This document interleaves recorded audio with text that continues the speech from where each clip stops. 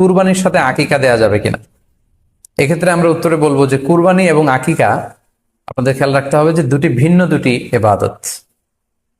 প্রথম কথা হচ্ছে এবাদত ভিন্ন দুটি এবাদত। কারণ কুরবানি এটা বছরের একটা নির্ধারিত সময়, জিলহজের 10 তারিখে, এবং তারপরে আরো 2 দিন বা 3 দিন, এই সময়গুলোতে আপনি কুরবানি করতে পারবেন। তাহলে এটা হজের মৌসুমে জিলহজ মাসে করতে হয় কুরবানি। কিন্তু আকিকা কিন্তু এরকম না।